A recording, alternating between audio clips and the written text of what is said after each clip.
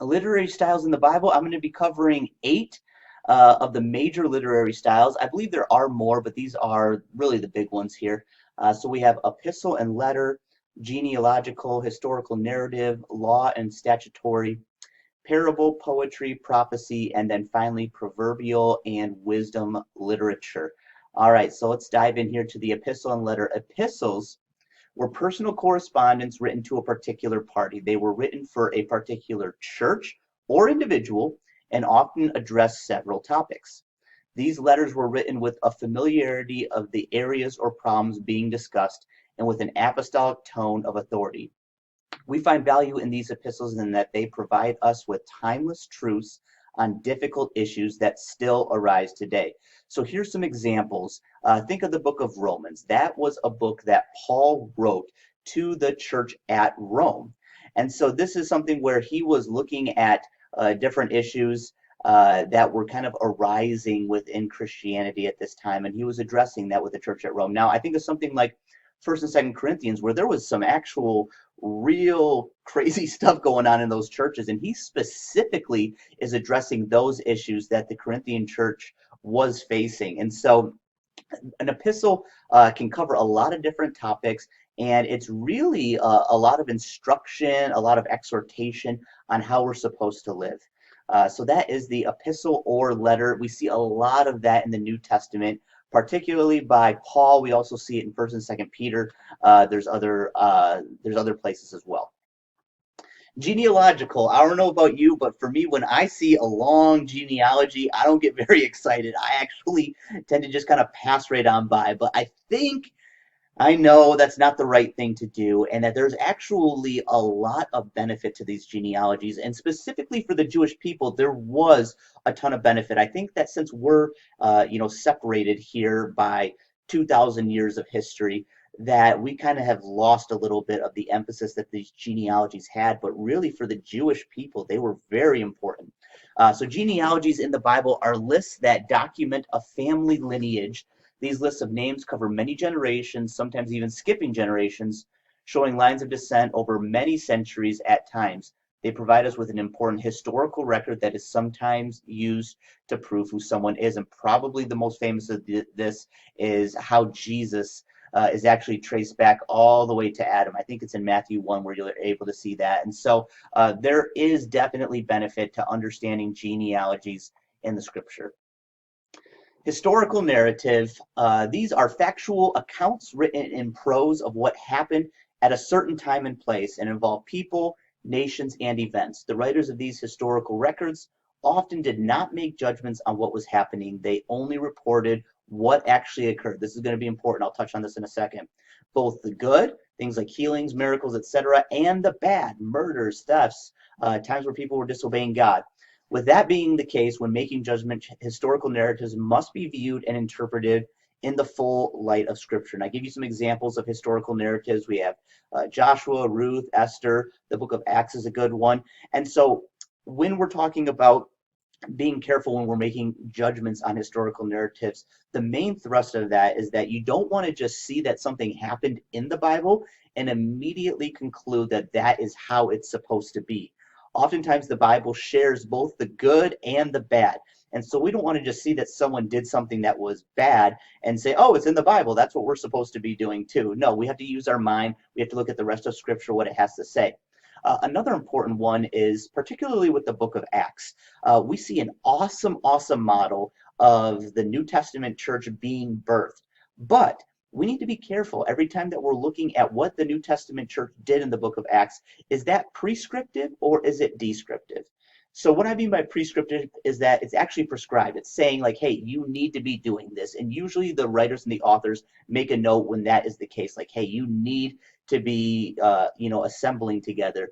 You need to be breaking bread together. You need to be listening to the apostles' teachings. Like all those things are really kind of laid out there. But there are plenty of other things that happen in the book of Acts that we're not so much required to do as a Christian or as a church in this age. And so really discerning exactly what we're actually prescribed to do, what the Bible's calling us to do, and what the Bible's actually describing. That's something that you're going to want to keep in mind whenever you're dealing with a historical narrative. Law and statutory. So these are Old Testament laws, and they're worth understanding as they show us what God required of his people.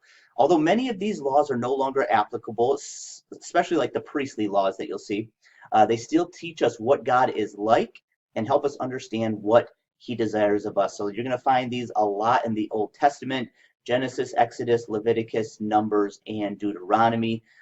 Sometimes as I'm reading those books, my mind kind of starts to drift because there's so many laws and things that God is calling the Israelites to do that just seems so separate from where I am. And there is definitely some validity in the fact that a lot of these laws that were passed, they have been fulfilled in Christ and we no longer have to follow them. But there's still a story to be told here. There's still things to be learned for why God prescribed these laws in the first place. So you're going to want to pay attention when these laws are being mentioned. And this is another great point when it comes to the historical narrative. Just because it was a law that was mentioned back in the Old Testament doesn't mean that it still is something that we need to follow today in the New Testament.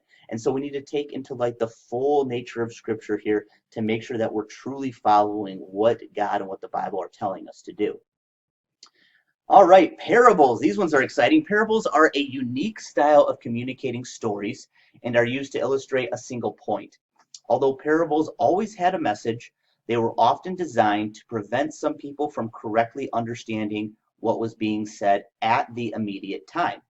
So Jesus was probably the most famous person who used parables, and he would use it as a way to really describe a point. Now, here's the kind of the strange thing when it comes to parables. I would think that Jesus would want everyone to understand exactly what he was saying, but that appears not to be the case. I'll read Mark chapter 4, verse 10 through 12 here. As soon as he was alone, his followers, along with the 12, began asking him about the parables.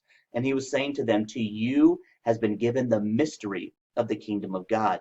But those who are outside get everything in parables, so that while seeing, they may see and not perceive, and while hearing, they may hear and not understand. Otherwise, they might return and be forgiven." Now, I don't want to get into all the details of that, and honestly, I don't even have a full understanding of that verse right there. But parables are basically a way for us to learn a truth through some type of story. And these are important because they're really memorable. And so I think of if someone just comes to me and says, "Hey, you need to do this."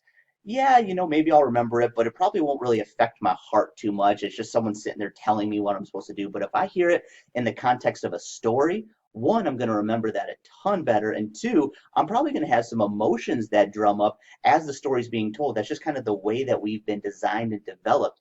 And so using parables in specifically the ministry of Jesus was a huge part of how he communicated truth. And so when we're reading those, we're going to want to approach those in a unique way. Poetry. Some books in the Old Testament are written entirely in poetry. Now, Hebrew poetry does not have a rhyming structure in the way much of the poetry in English does. There is a wide variety of poetic types found in scriptures, and I think probably the Psalms is the most notorious when it comes to poetry. And so here are some other examples. It's in Job, Proverbs, Ecclesiastes, and the Song of Solomon. And so when you're reading poetry, once again, you're not going to want to approach it the way that you would a historical narrative. You're not going to want to approach it the same way that you would an epistle or a letter. You're going to want to look at it in a different way. And it kills me not to be able to go into exactly how we want to do that right now. But like I said, for the length of this class and for what it's teaching, I just want to give you an introduction. But it's important. I really suggest that you would dig into really how to approach these different areas. Prophecy, a prophetic utterance in the Bible, means to foretell or to proclaim. The prophets acted as God's spokesman, prophesying his message, which was usually a warning and a call to righteousness. Almost every book of the Bible contains some kind of prophecy. And oftentimes a prophecy had an immediate relevance to the people, and it also had this secondary fulfillment too. So many prophecies have two fulfillments: the initial fulfillment shortly after they were given, and a longer term fulfillment. And just some books that really detail prophecy: Daniel, Ezekiel, and of course the book of Revelation. And so when we are reading prophecy, we're going to want to look at that in a unique light as well and try to see, hey, what was that immediate context, and then what was that long-term context. Now, I'm not completely positive that there's always two fulfillments to every prophecy, but I do know that that is the case for many of them. So be looking out for that as you're reading through prophetic books. All right, our final literary style here is the proverbial wisdom literature. Probably the two most popular there are Proverbs and Ecclesiastes, where you'll see this. So, Proverbs and wisdom literature are short statements of truth for common and general rules of life, which have exceptions. That's important.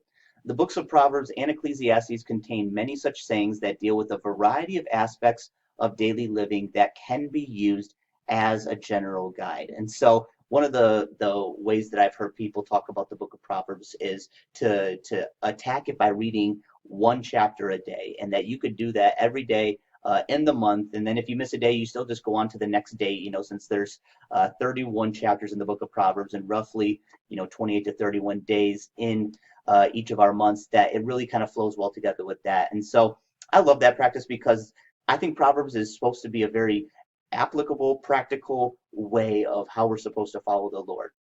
And so to be able to kind of take that in one day at a time and go through it over and over, I think is a great practice. But I love how this includes the fact that there are exceptions to this. So we really want to make sure that we are listening to the Holy Spirit as we are reading through books and as we are approaching certain situations, because like I said in a previous teachings about parallel truths, and I believe the one that I brought up was straight from the book of Proverbs, there can sometimes be these parallel truths. And so you're not always going to want to take just one verse and make that the stance forever and ever.